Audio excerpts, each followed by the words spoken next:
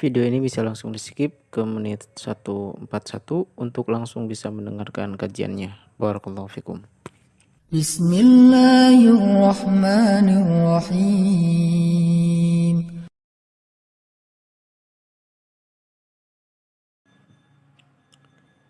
Bismillahirrahmanirrahim. Assalamualaikum warahmatullahi wabarakatuh. Sampurasun ka sadayana kumaha damang. Bagaimana kabar teman-teman semuanya? Semoga dalam keadaan sehat walafiat dan selalu ada dalam lindungan Allah Subhanahu wa taala. Teman-teman semuanya, puji syukur kita panjatkan kepada Allah yang mana pada kesempatan kali ini saya Kang Deha kembali bisa menyapa teman-teman semuanya dan bisa bersilaturahim dengan teman-teman semuanya melalui channel Den Hijrah ini. Alhamdulillah pada kesempatan kali ini pula channel Den Hijrah kembali akan menyajikan sebuah video kajian yang akan disampaikan oleh Ustadz Hanan Ataki dengan judul Cara Menyenangkan Hati.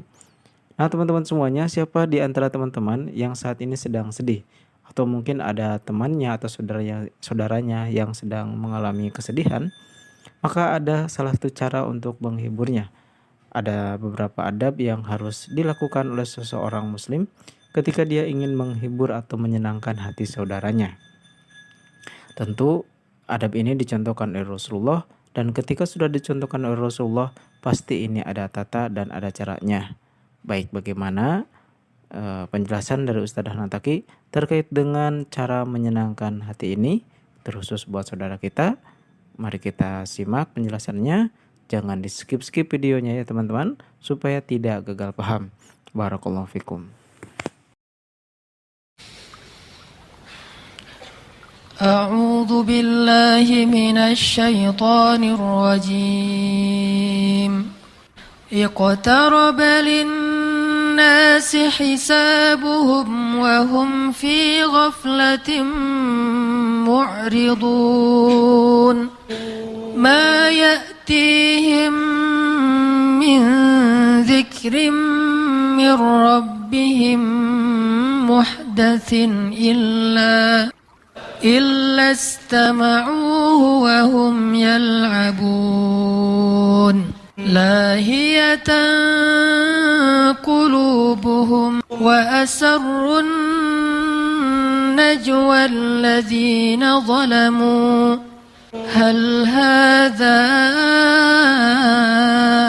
illa basharum mithlukum afata'tuna as-sihra wa antum tubsirun. Sadaqallahul azim. Teman-teman yang dirahmati Allah Subhanahu wa taala, Rasulullah Shallallahu alaihi wasallam itu salah satu karakternya adalah beliau orang yang murah senyum. Sampai Jarir bin Abdullah, salah seorang sahabat, menyampaikan, setiap kali Nabi melihat saya, Nabi selalu tersenyum. Jadi tidak pernah Nabi bertatapan wajah dengan seorang sahabat kecuali dalam keadaan tersenyum. Jadi Nabi itu murah senyum banget. Orangnya tuh ceria. Dan energi cerianya Nabi itu bikin orang ceria, bikin orang fresh, bikin orang segar gitu, bikin orang happy. Karena Nabi punya energi happy. Padahal hidup Nabi itu susah loh. Bahkan Aisyah tuh pernah bilang, di rumah kami itu terbiasa sebulan itu dapur tidak ada asap sama sekali. Artinya nggak masak dalam sebulan. Bayangin, kalau kita juga mungkin dapur kita nggak berasap, soalnya makannya di restoran ya, makannya di kafe atau di rumah teman. Aku makan ya ke rumah teman, ke kosan-kosan teman. Sehingga dapur kita tidak pernah berasap. Sekali-kalinya berasap, mungkin masak Indomie, masak kopi gitu ya. Nabi itu hidupnya susah. Di rumah tidak ada masakan, tapi ceria. Coba lihat, Nabi itu orangnya no hard feeling, orangnya enjoy banget. Yang pernah saya cerita, Nabi lagi buka-buka panci di dapur gitu kan. Gak ada makanan apa-apa pagi, waduh sambal gak ada. Wah, jengkol juga gak ada. Gak ada apa-apa tuh di rumah. Yang kesukaan Nabi, tapi Nabi gak suka jengkol by the way. Kita mungkin yang suka jengkol. Jengkol, sambal, lalapan-lalapan kayak gitu. Gak ada apapun di rumah. Nasi aja gak dimasak sama istrinya. Sehingga ketika Nabi lagi buka-buka panci, Aisyah lewat, Nabi dengan gampang, dengan santai ngomongnya, Aisyah, aku hari ini puasa loh, gitu. Bukan, Aisyah hari ini puasa ya. Enggak gitu. Jadi kita mungkin bisa meniru Nabi dalam bahasa, hari ini puasa aja deh, nggak ada makan. Tapi wajahnya sedih. Wajahnya nggak rela gitu, mau puasa tuh nggak rela. Kenapa? Kok kamu puasa hari ini? Ya istri nggak masak apa-apa, ya gimana lagi? Nah ini wajahnya nggak rela. Ada juga yang puasa, kenapa kamu puasa hari ini? Nggak masak apa-apa di rumah, soalnya nggak ada istri. Lebih nggak rela lagi kan ya? Jadi puasa terpaksa karena istri nggak masak atau karena nggak ada yang masakin itu sama tuh. Intinya adalah hidup Nabi itu susah, tapi Nabi enjoy banget. Jadi aura Rasulullah itu happy, aura qanaah, aura syukur nikmat kepada Allah itu kelihatan dari wajahnya yang berseri-seri. Ketemu sahabat, senyum gitu. Kalau kita senyum juga kenapa? Ada maunya, boleh nggak aku makan di rumah kamu, gitu kan? Kalau Nabi mas senyum karena pengen menyebarkan kebaikan. Jadi kata Jarir bin Abdillah, tidaklah saya bertatapan wajah dengan Rasulullah kecuali Rasulullah pasti tersenyum ke arah saya. Jadi Nabi itu orangnya murah senyum. Kalau ada yang semakin belajar sunnah semakin susah senyum, pasti dia nggak ngerti sunnah nih. Belajar hadis sahih. Setelah 10 hadis sahih, nggak bisa senyum ngeliat orang. Nah ini bahaya nih. Berarti dia nggak belajar akhlak Nabi. Ngelihat orang dari ujung rambut sampai ujung kaki, mana nih yang nggak sesuai sunnah nih. Semuanya di absen misalnya. Ini berarti bukan sifat Nabi. Karena Nabi juga bukan hanya tersenyum kepada orang yang sudah baik agamanya. Bahkan ke orang yang masih belum paham sama sekali, bahkan kafir, selama dia tidak menzalimi orang mukmin, maka Nabi tersenyum kepada dia. Jadi kalau Nabi bilang, senyummu ke wajah saudaramu, maka bagimu adalah sedekah, itu bukan cuma kata-kata, bukan cuma ceramah, tetapi Nabi sendiri juga seperti itu. Ketemu temannya senyum gitu. Teman-teman tahu nggak arti menundukkan pandangan? Ghaddul basar kan istilahnya, menundukkan pandangan. Menundukkan pandangan itu artinya nggak boleh ngelihat ke lawan jenis dengan hawa nafsu. Tapi kalau nggak pakai hawa nafsu, tapi lihat lawan jenis ini maksudnya yang udah menutup aurat ya. Kalau udah membuka aurat bilang hawa nafsu itu bohong. Gua mah nggak berasa, biasa aja yang gitu-gitu. Nah ini bohong nih. Kecuali ada dua kemungkinan. Pertama, udah kebal saking seringnya ngelihat yang gitu-gituan. Yang kedua, nggak normal. Ada dua kemungkinan. Dan kayaknya kalau nggak normal nggak mungkin juga. Soalnya dia kayaknya gagah gitu. Cuma sekarang banyak yang gagah juga, agak-agak gimana? Gua mah biasa aja kalau ngeliat yang gitu. Lo aja yang pikirannya kotor. Bukan kotor, dia masih bersih. Makanya saking bersihnya yang gitu-gitu mah peka. Jadi kalau ada orang yang astagfirullahaladzim, itu masih bersih. Kalau biasa aja lah. Neng gimana? Nah ini berarti udah kotor nih. Kalau dia vulgar. Tapi kalau udah menutup aurat, nah tetap harus menundukkan pandangan. Cuman arti menundukkan pandangan di situ ngelihatnya nggak boleh pakai desire, nggak boleh ada hasrat apa-apa.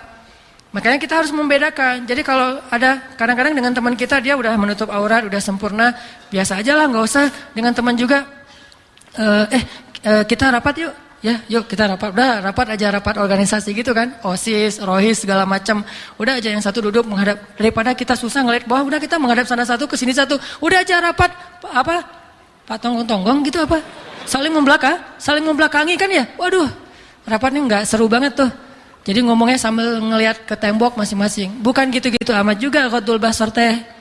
Atau menghadap cuman ke bawah, nggak harus kayak gitu. Kecuali kita takut nggak sanggup untuk menjaga perasaan. Berarti baper.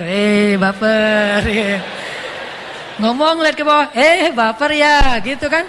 Kalau nggak baper mah biasa aja. Teh gimana? Biasa kan? Tapi jangan pura-pura biasa. Nanti pas udah dia pergi, nangis. Kenapa nggak saya nembak ya gitu ya. Nyesel gitu. Tadi mah jaim, pas orang yang udah pergi nyesel. Kenapa saya nggak mengutarakan isi hati. Intinya ghaddul basar itu jangan menatap, melihat dengan hasrat. Tapi kalau biasa aja ke teman, maka tidak harus menundukkan pandangan, tetapi tetap kita lebih tahu dan nggak boleh membohongi Allah. Allah Maha tahu. Sehingga kalau nggak gitu pura-pura mungkin gitu, nggak usah fokus, jangan ngelihatnya. Ya teh, siap. Ini apa nih? Pernah jadi pramuka ya? Nggak usah ngelihat juga terlalu fokus, terlalu tajam sampai bikin orang GR. Santai aja. By the way, balik lagi ke tadi. Intinya adalah Rasulullah itu orangnya santai, senyum. Boleh nggak kita senyum ke lawan jenis? Boleh, tetapi jangan berlebihan. Senyum yang memberi aura, memberi kesan kesan yang positif. Kesan mungkin kalau nggak akrab pun kesan nggak sombong lah. Jangan sampai memberi kesan yang lebih, dan kita tahu batasannya. Pasti kita ngerti banget nih, mana senyum yang membahayakan, mana senyum yang masih wajar. Pasti kita tahu, dan susah untuk didefinisikan. Oh, senyum yang membahayakan itu kalau senyumnya nggak mungkin kan didefinisikan kan ya. Kalau yang wajar, justru yang wajar barusan tuh bahaya tuh. Udah senyum, matanya kedap-kedip. Ini bahaya. Jadi boleh kita senyum ke lawan jenis, tetapi selama masih wajar. Senyum yang memberi kesan, oh ya dia mah orangnya nggak sombong gitu aja. Tetap kita lebih tahu batasannya. Dan Nabi SAW orang yang murah senyum. Dan Nabi bukan hanya tersenyum kepada laki-laki saja. Bahkan kepada perempuan yang bukan muhrim beliau pun, beliau tersenyum selama tidak berlebihan.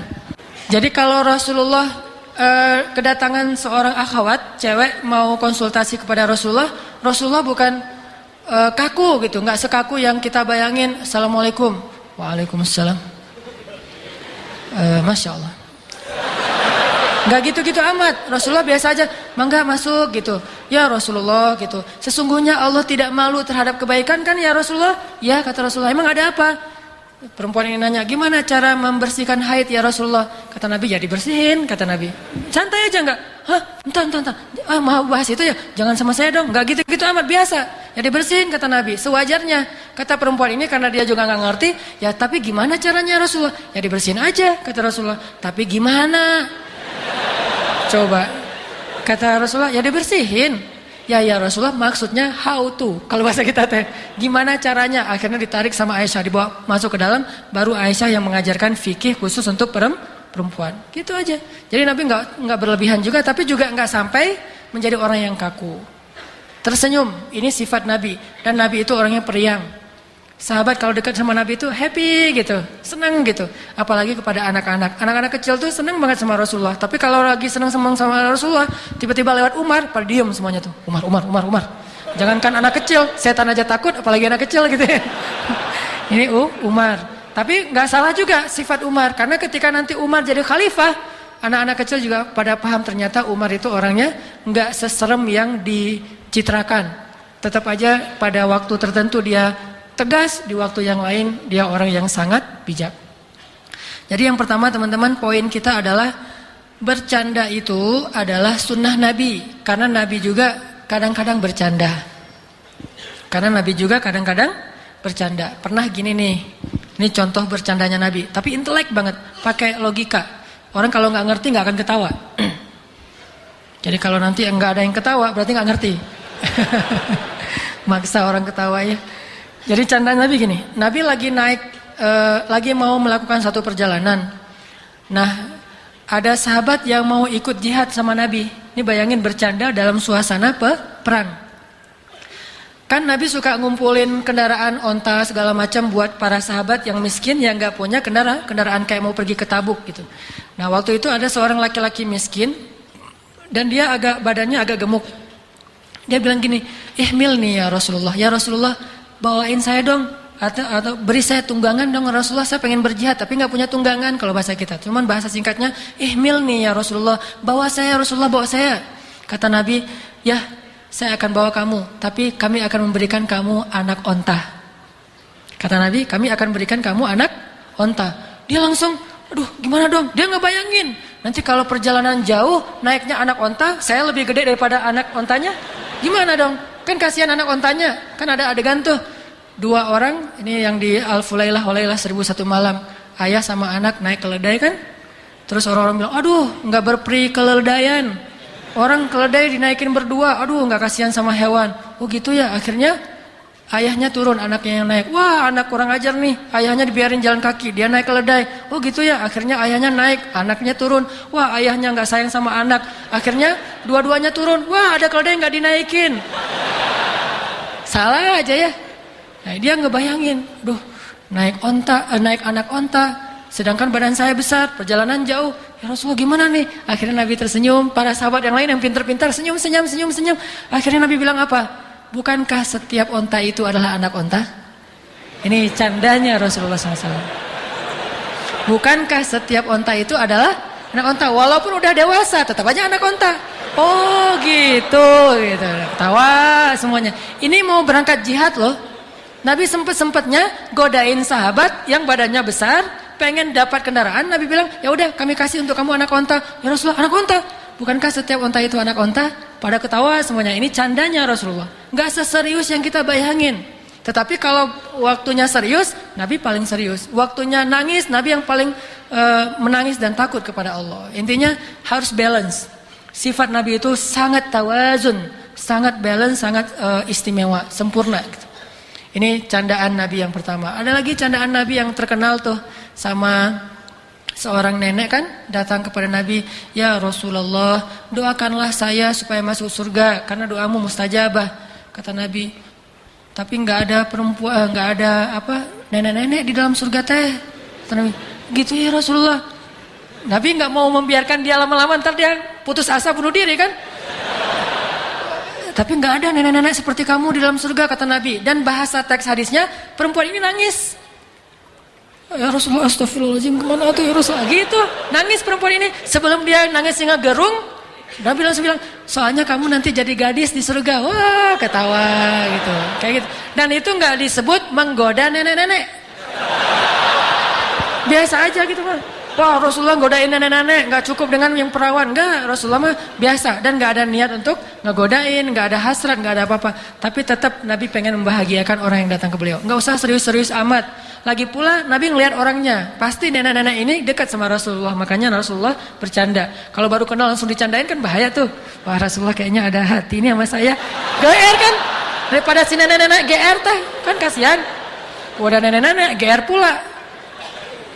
Jadi dia yang tadi mungkin masih ada waktu seminggu lagi hidup, jadi tinggal sehari lagi gara-gara kegeeran dan gak kecapaian. Ternyata Rasulullah gak gitu-gitu amat.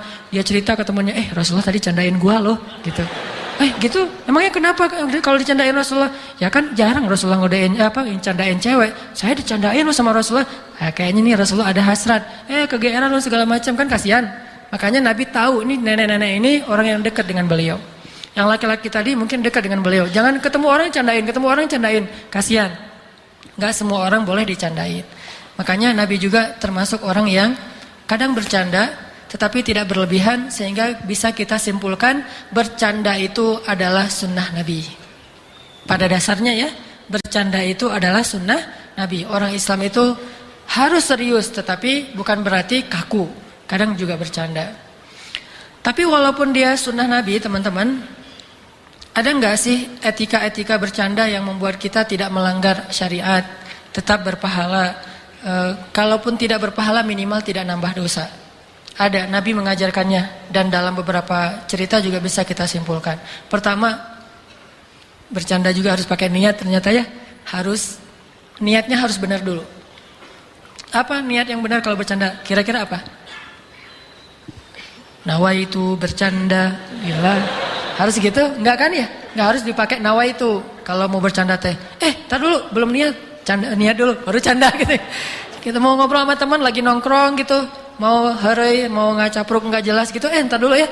Nawaitu ngacapruk gitu. Kan enggak ada niatnya kayak gitu ya. Dia nih maksud niat di sini adalah kita bercanda itu untuk membahagiakan hati orang lain.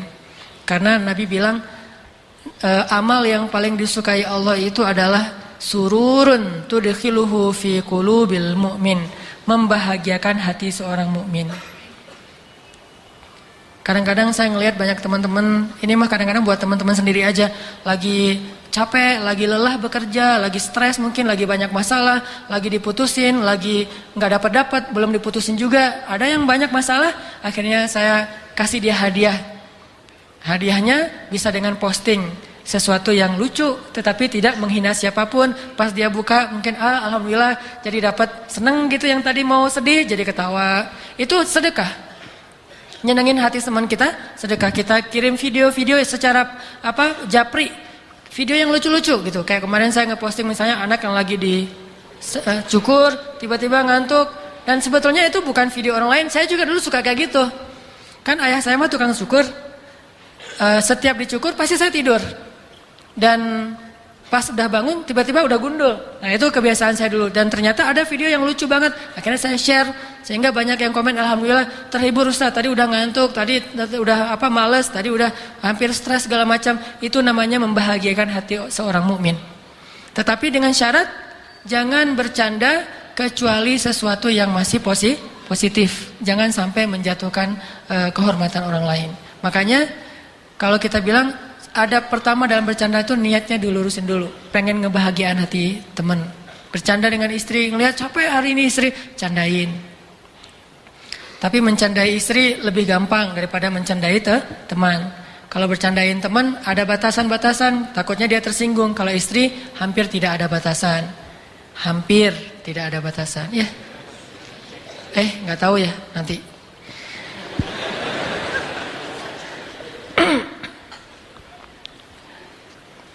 Terus niat bercanda itu apa? Selain menyenangkan hati teman kita, bercanda itu juga dalam Islam salah satu bentuk cara kita refreshing. Cara kita mencari hiburan. Dalam Islam itu kita boleh banget mencari hiburan. Bersenang-senang boleh selama tidak berlebihan. Makanya harus kita tempatkan bahwa bercanda murni mencari hiburan. Bukan hidup untuk hiburan. Tetapi sekedar untuk menyegarkan suasana hidup kita, waktu kita, tenaga kita, pikiran kita yang tadi mungkin udah agak penat, agak boring. Maka kita cari candaan sedikit, baca kisah lucu, baca SMS lucu, atau nonton sesuatu yang lucu di sosial media, atau ketemu teman yang mungkin dia orangnya renyah. Sekedar gitu aja, jangan berlebihan. Dan saya kira mudah sekali untuk mendapatkan candaan yang seperti ini. Bahagia itu gampang. Gak harus cari komik tebal gitu, atau cari novel yang tebal yang benar-benar bisa bikin kita ketawa ngakak-ngakak gitu, nggak perlu. Cukup ketemu teman udah bahagia. Kalau kita bercandanya masih wajar. Sampai kan ada orang yang demi bercanda itu ngumpulin semua yang lucu-lucu. Udah gitu kalau lagi stres dia tonton 5 jam lucu-lucuan aja sampai sakit perut. Ketahuilah kata para sahabat, aku belum pernah melihat Nabi tertawa terbahak-bahak. Belum pernah melihat Nabi tertawa terbahak-bahak sampai kelihatan langit-langit di dalam mulutnya. Nggak pernah.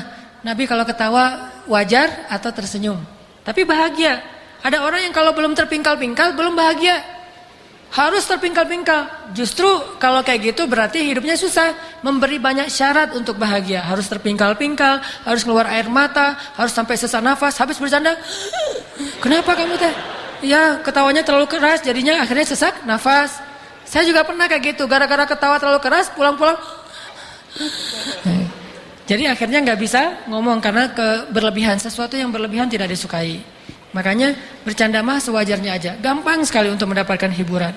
Ngelihat anak kecil terhibur, ngelihat anak sendiri terhibur, ngelihat anak orang lain jadi bete ya. Wah udah reunian teman-teman bawa anak, lucu-lucu.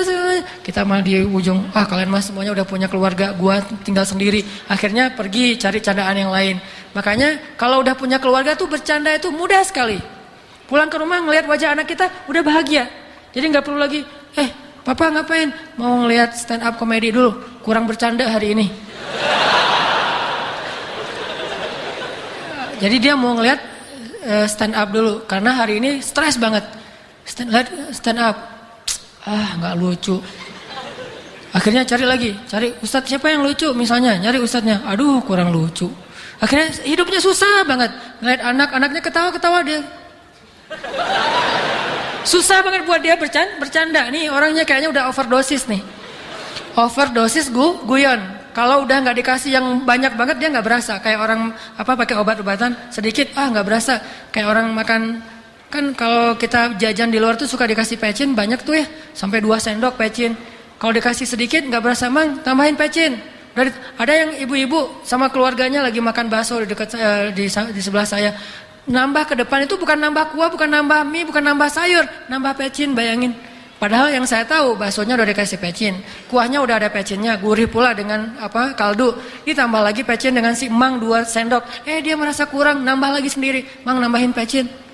Begitulah candaan. Ketika kita terbiasa overdosis, hal-hal yang biasa kita nggak akan terhibur. Orang lain ketawa, apaan sih gitu aja ketawa. Nah berarti udah overdosis tuh. Nonton, lucu ya. dari sebelah mana lucunya, nggak lucu perasaan gitu.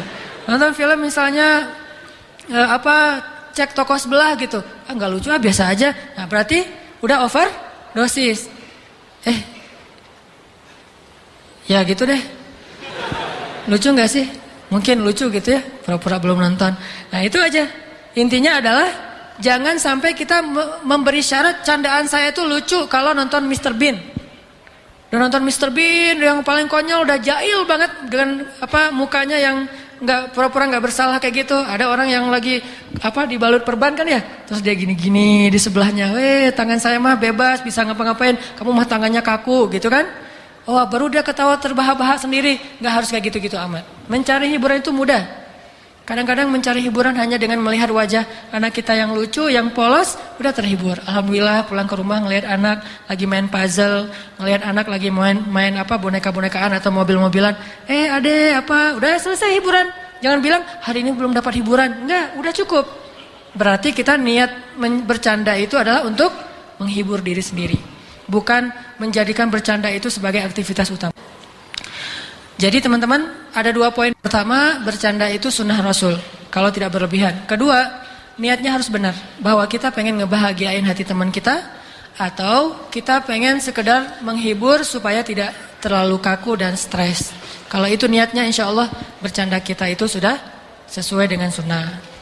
Poin kedua, tadi yang kita bahas, bahwa harusnya bercanda itu bisa jadi hadiah buat teman kita yang lagi galau, lagi sedih, yang susah move on, yang pengen survive dalam satu masalah, dalam satu musibah. Harusnya bercanda itu jadi hadiah. Nabi itu pernah menghadiahkan bercandanya loh sama sahabat. Nama sahabat itu kalau nggak salah Zahid.